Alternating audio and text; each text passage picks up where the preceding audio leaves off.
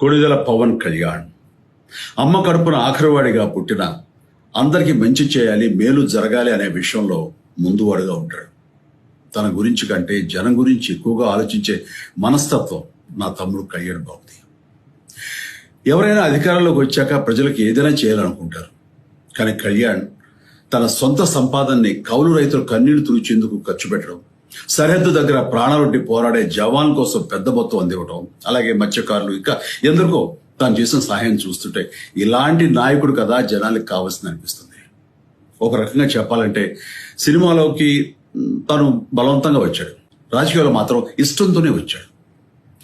ఏ తల్లికైనా తన కొడుకు కష్టపడుతుంటే గుండె తరుక్కుపోతుంది.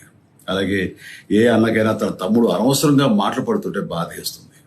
అలా బాధపడుతున్న నా తల్లికి ఈ అన్నయ్యగా ఒక మాట చెప్పాను. నీ కొడుకు ఎంతో మంది తల్లుల కోసం, వాళ్ళ బిడ్డల భవిష్యత్తు కోసం చేసే యుద్ధం అమ్మా ఇది. మన బాధ కంటే అది ఎంతో గొప్పది అన్నాను. అన్యాయాన్ని ఎదిరించకుండా మౌనంగా ఉండే మంచివాళ్ల వల్లనే ప్రజాస్వామ్యం మరింత నష్టమని నమ్మి జనం కోసం జన సైనికుడు అయ్యాడు. తాను బలంగా నమ్మిన సిద్ధాంతం కోసం తన జీవితం రాజకీయాల్లోకి అంకితం చేసిన శక్తిశాలి Pawan Kalyan.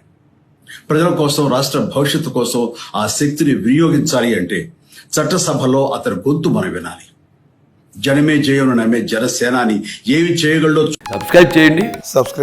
Please do subscribe to Please like, share and subscribe to top Telugu TV. Top Telugu TV. Top Telugu TV.